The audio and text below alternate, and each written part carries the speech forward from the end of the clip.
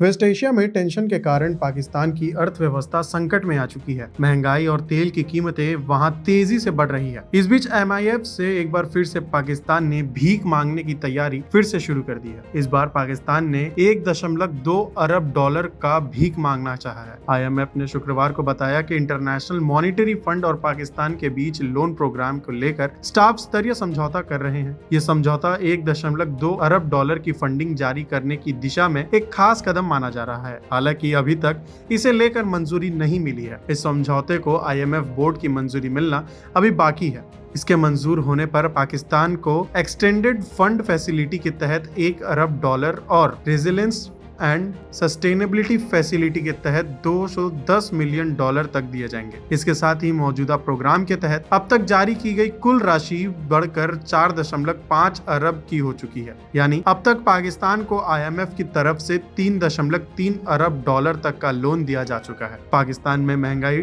पहले से बहुत ज्यादा थी, लेकिन अब ईरान अमेरिका जंग के कारण पाकिस्तान की हालत बद से बदतर होती जा रही है। जनवरी के मुकाबले फरवरी में पाकिस्तान की महंगाई दर बढ़कर 7% हो चुकी है। जनवरी में ये 5.8% तक रही थी। स्टेट बैंक का अनुमान है कि साल 2026 में महंगाई 5 से 7% तक के बीच रह सकती है। खाद्य पदार्थ, बिजली और ईंधन की कीमतों में बढ़ोतरी महंगाई का प्रमुख कारण है। पाकिस्तान की अर्थव्यवस्था की बात करें तो ये विकासशील देशों से भी नीचे जा चुकी है। ये अपना देश बचाने के लिए भी संघर्ष कर रहा है, जिस कारण ये कभी वर्ल्ड बैंक के सामने हाथ फैलाता है तो कभी IMF के सामने। अब इसे IMF लोन देना जा रहा है।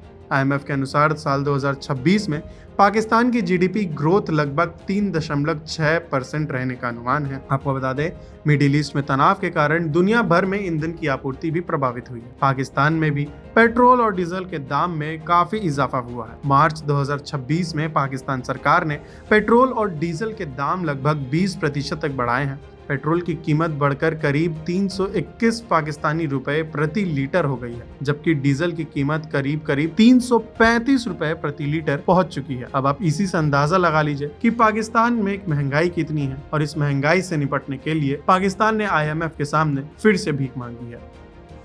ऐसी और खबरों के लिए देखते रहिए सनमार्ग नेटवर्क के अन्य डिजिटल प्लेटफॉर्म्स।